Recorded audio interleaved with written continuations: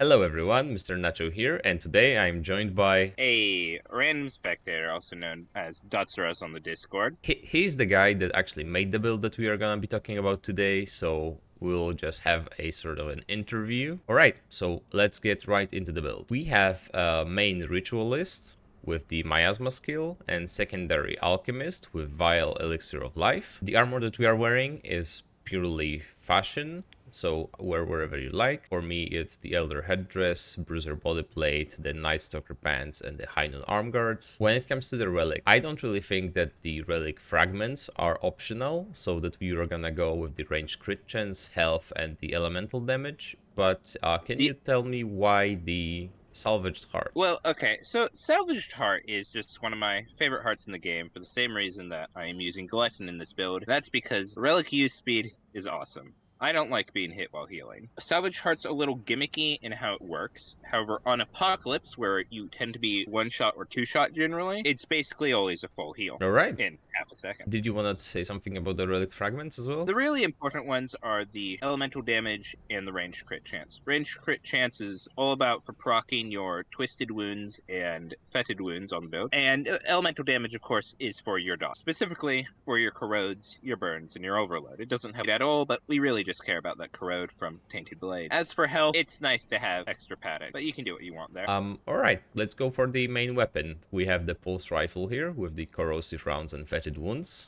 Any reason why this is the way it is? So the important part, of course, is fetid wounds. The gun itself is unnecessary. Throw whatever you want with a modify or mod slot on. I like pulse rifle because it's an accurate weapon for easy weak spots, but it also has a pretty good rate of fire if I just need to try and go for a crit. Either way will proc my fetid wounds. And then, corrosive rounds, because it's another easily applied dot. You could swap out pulse rifle for if you want to get optimal for Corrupted Aphelion, as it has a much higher burn tick than the corrode tick from corrosive rounds, but it's not necessary. Alright, and what mutator would you go on with the Corrupted Aphelion? A fetid wound still. It's just nice, fun. And Corrupted Aphelion is actually pretty good for triggering fetid wounds, as the triple beams give you 3 chances to crit and weak spot, so. Okay, then we have the melee weapon. Let's talk about Krelax a bit. Krelax. I love it. I've been using it for like 300 hours since I got my hands on it. It is not necessary. You could use whatever melee you want, except for Huntress Spear, because Huntress Spear has a bug with Tainted Blade where it doesn't work. Our melee, we just want to apply Tainted Blade because we want Tainted Blade to proc Energized Neck Coil for massive damage in the thousands. Krelax specifically is an easy source of overload in order to max out that Ahane crystal stacks, but we also have Miasma, so it's not entirely necessary. I just want a ranged Tainted Blade applicator in my build. And when it comes to the secondary, what's up Okay. with the Tech 22? Okay, so Tech 22, it's pretty simple. It's just got an absurd fire rate. And high fire rate means a lot of chances to crit, because we don't actually care about the gun, remember. I made this build, and I'm called DotsRS for a reason. We're here for the dot. And high rate of fire gives us a lot of chances to proc twisting wounds. It's also, fairly accurate, so you can also go for headshots if that's your thing. And of course, as a mod we have Hot Shot, because it is a easy high tick dot. Though, depending on your boss, like if you get Shahala, definitely take that off and replace it with something else, as Shahala is immune to burn. Before we get to the jewelry, can you actually tell us a thing about the secondary archetype? Why Alchemist and why the Vile Elixir of Life? Okay, well, the vial on this build is entirely irrelevant, though if you want to pump out more DPS, Frenzy Dust, reload speed, rate of fire, both of those are good for proccing our effects. Alchemist itself is mainly taken because Dot likes generic damage amp, because status effect damage comes from a variety of sources. In this build, we have it on Mutator, on weapon effect, on mod use, on skill cast, and we want to amplify all of them. So we want a generic damage amp. And your options there aren't actually all that limited. I know a lot of people who like Challenger. I dislike Challenger personally because the range changes are a little too inconsistent for my playstyle. And then you also have Explorer and Medic. I just think Alchemist is cooler. Though, if you are willing to pop the Relic to maintain Explorer's damage perk, it is higher damage with a 30% modifier compared to Alchemist's 25. I like Alchemist though, because I mean, potency is a cool trait to have. I like my concoctions lasting forever. In Elixir of Life, I took it for entirely troll reasons. I like to pop my elixir right before a boss dies and let it kill me, so we both die and then I can stand back up. That is literally the only reason I have this skill. All right, makes sense, I guess. Look, it's all about the funnies. All right, let's get to the meat and potatoes of the build, the Energized neck coil. There were some issues with it before. Can you tell us a little bit about what actually happened with it and why it's good now? Okay, so Energized neck coil has a kind of interesting history with the several patches that I've gone through for Remnant 2 and its short lifespan so far. Initially, on game release, it didn't have the cooldown on its explosion effect. However, reapplying a status effect would not proc the explosion. So you would stack duration and damage increases to increase the total damage of your dot, and then what you would do is you'd throw a bunch of dot effects at the enemy all at once, a bunch of status effects, in order to get a massive burst at the beginning of your fight, and then you would wait for the statuses to expire so you could reapply them and get your burst back down. However, this was super inconsistent as the item itself was inconsistent and enemies, seemingly at random, would just be completely immune to the explosion. It's very annoying. Then when the DLC dropped, they tried to fix this by taking out the requirement for waiting for status effects and give it a buff to make it, you know, as we see it now, once every 5 seconds. However, it was bugged then as well and didn't have a cooldown, and you could instantly kill any boss with something like Witchfire, causing a bunch of explosions in half a second. That was then disabled. However, in that patch, there was yet another bug, which made it so the damage, which is supposed to be based off the total damage of a dot, was bugged and didn't scale, and so the explosion only dealt damage based off the base effect of the status effect. It would not increase from increasing status damage amulets or increasing status duration. Which brings us to now, where it finally works as it's written. And oh boy, it's a doozy, because dealing 20% of a status effect's full damage when we have something like Tainted Blade, which you can get to well over 10,000 damage during its full duration, gives you massive explosions that can be in the 7,000s on a crit. Because, you know, explosions can crit. All right, let's get to the rings. What can you tell us about the rings? Well, first and foremost, the most important thing in this build is not a Hane crystal, even though it's awesome. We want Timekeeper's Jewel. And the best way to increase the total damage of a dot is to increase its duration, because that doubles its total damage and doubles our energized procs. Pure, simple, lazy. It also allows us to take Miasma in this build and be even lazier, because we'll have full uptime, as my Asma's cooldown is like 43 seconds, and between Ritualist's Affliction and the Timekeeper's Jewel, our status duration is 40 seconds. Following that, we have Burden of the Destroyer, because it is, well, generic damage amp, and I really don't care about weapon fall-off, because my damage does not come from guns. It comes from 30 status effects ticking away and eating a boss alive slowly. It's pretty great. It buffs the damage of your dot and the damage of the explosion. It's good. It's simple. We love it. After that, we get to two things that are a little bit more complicated, with Singed Ring and a Hane Crystal. Both of these items are really good for the same reason. Their damage bonus is a multiplier instead of additive effects. Most damage bonuses in the game are all additive. You get a plus 25 here, a plus 30 here, a plus 12 here, whatever. It would be a 67% increase. Well, a Hane crystal, if we added it on top of that, would not change it to an 87% increase. It would be 67 and then an additional 20% after you've generated your number. I don't want to do the math on that, but I'm telling you it's better. All right, yeah, makes sense. Singed Ring is the exact same thing. It's a multiplier. Really easy effect. Just set a target on fire. We can do that in two ways in this build with Hot Shot and Miasma. Nice and easy. And you know, you can also throw oil jars at people if you remember that the consumables exist. Oh yeah, the black tar. A Hane Crystal, a lot of people won't have. It is a hardcore reward, and if you don't have it, I would recommend replacing it with either something like Shadow of Misery for a 15% damage increase to status effect specifically, or Burden of the Departed, which has a downside that I don't particularly care about. 10 relics is a lot, 7 relics is still a lot, and 10% generic damage amp applies to everything in kit. We love generic damage amp. Whatever you do, do not use Band of the Fanatic on this build. It's horrible. Well, it's not bad, it's just horrible on this build in specific, as decreasing your dot duration, decreasing your status duration, massively decreases your total tick value, massively decreases your energized explosion value. That's what we care about. Before this last patch, it didn't actually decrease duration, so it was free damage, and it increased duration by like 1.3 seconds. It was weird. It was good, but it needed fixing. All right, let's go through the traits really quickly. So Oh yeah, trait. we have Affliction and Potency simply because of the classes that we chose. Then we have Triage and Regrowth, All right. Bloodstream for healing, I assume. Flashcaster is Yep. important because of the miasma. It's self-explanatory. We have Fortify to increase the amount of armor that we have so that we have as much survivability as possible. Then again, we have Vigor, so we can better utilize the Mythic Health Fragment, plus 15%. Then we have Expertise to reduce the cooldowns, so we have a permanent uptime on miasma. Amplitude, because the AoE size on miasma is important. AoE is huge on basically everything in Ritualist's kit. Yep. We also have Glutton to eat the relic even faster, even though it has like 50% in its use speed bonus. Then we have You know, 30%. 50% is good, but 80% is better. Yeah, makes sense. But the one thing I don't really understand is the recovery. Why recovery? Okay, so normally, and I've said this a lot of times on the Discord and the Reddit, stamina is a joke. It doesn't matter. However, in this build,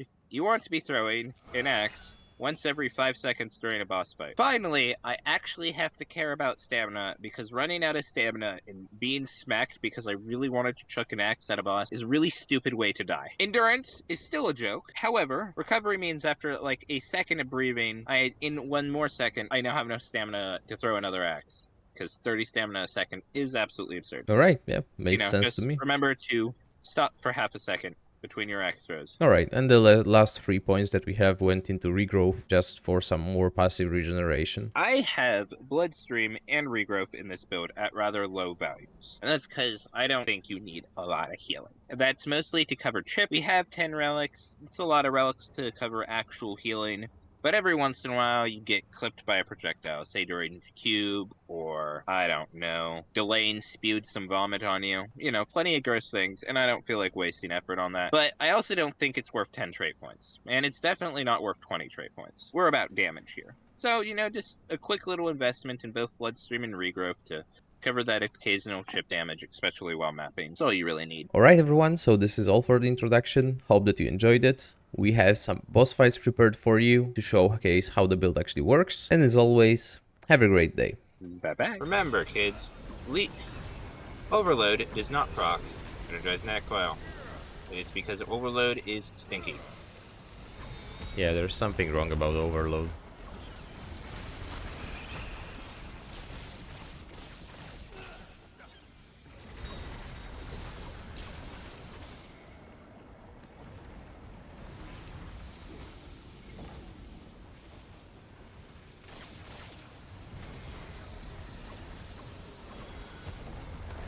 Oof.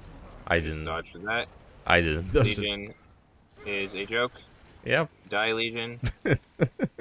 He You're not a did. real boss. You're better than Gwendol, though. Yeah, everything is better than Gwendol. Alright, let's go. I missed. And he's on I me. missed again. There we go. I got his ass. Oh my god, he's almost dead. Yeah, you shoot through his phases really fast.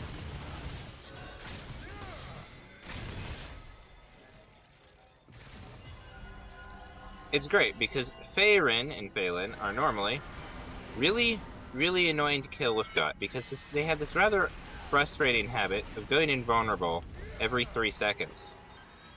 However, with the power of Energized Net Coil, you now have Burst. You no longer have to play their games. You can play my game instead. I see. That's insane.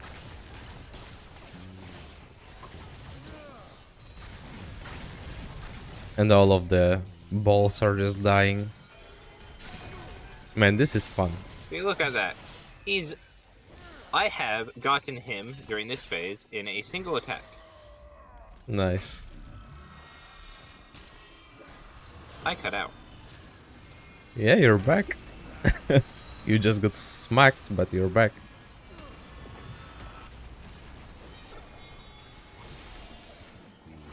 Then you just chuck an axe at him. Did you ruin our proc with miasma cast? Yeah, that's bad. I just thought maybe more bleed would do some damage, but it doesn't really. No. We just need to check axes. Yep, check axes for those procs, and one axe will kill him. He is on the verge of death. Yeah? Let's try to snipe him then.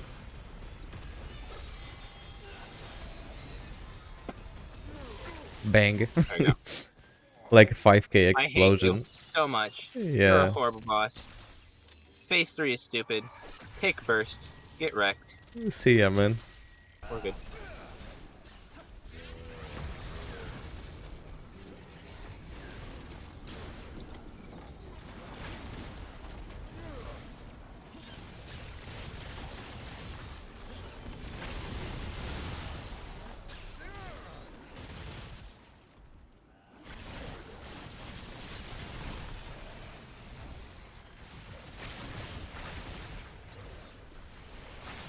Oh man, the little guys just get one shot.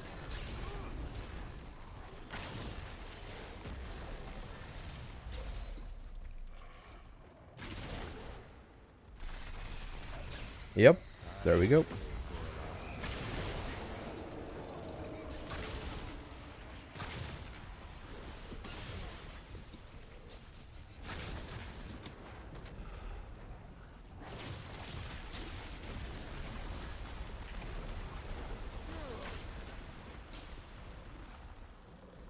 There are a lot of status effects in this man. Yeah, he's not gonna live for very long.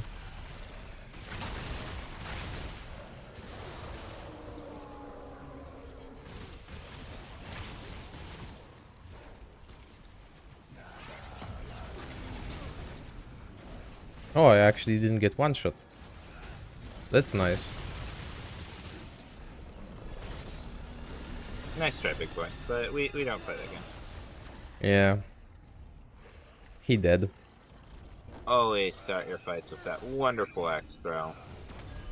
Yep. Important note for OTK actually is his hammer counts as a separate entity, so you can proc Energize twice. What do you mean? Well, you can proc the Energize off his hammer and off him, Oh yeah. which deals damage on both, because the explosion will still hit him.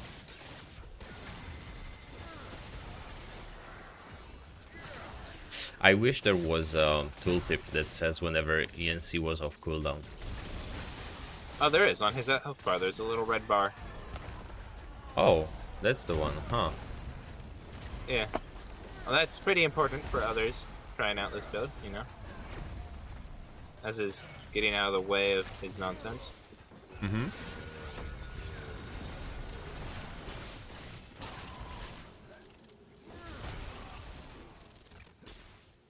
We're not getting out one round.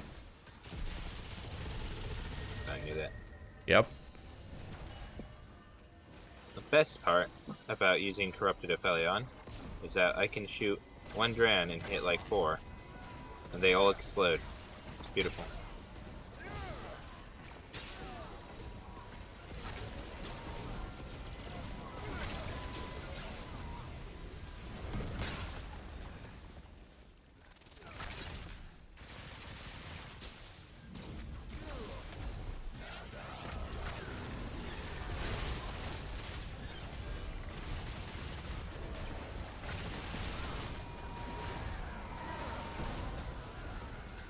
I actually timed that right. He dead. Goodbye, big boy. Yep. The good thing about Energized Netcoil and all the builds around it is you can one-shot every boss you see, because we don't care. You mean every mob? I mean, look, I can't talk good. Yeah. There's a reason my videos are silent. Yeah, I mean, but it does really one-shot all of the mobs. It's insane. Yep. Mobbing is not a problem, because a single Energized proc will kill basically anything that moves.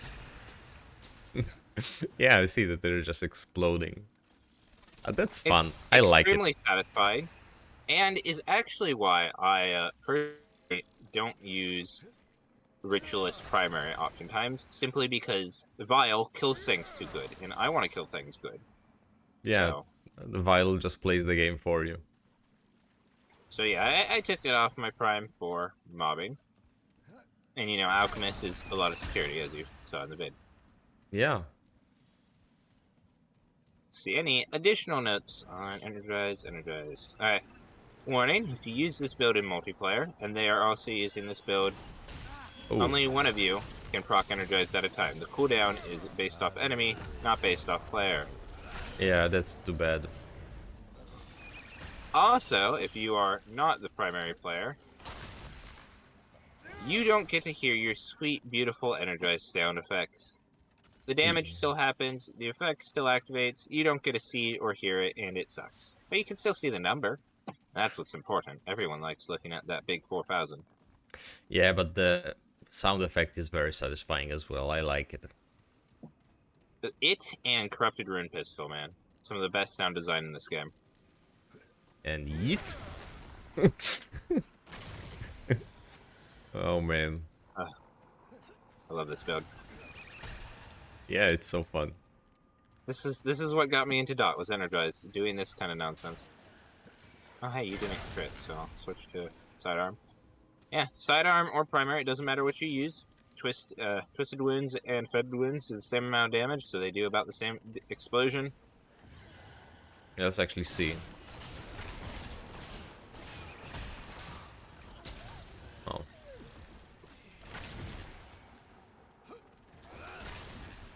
Ha!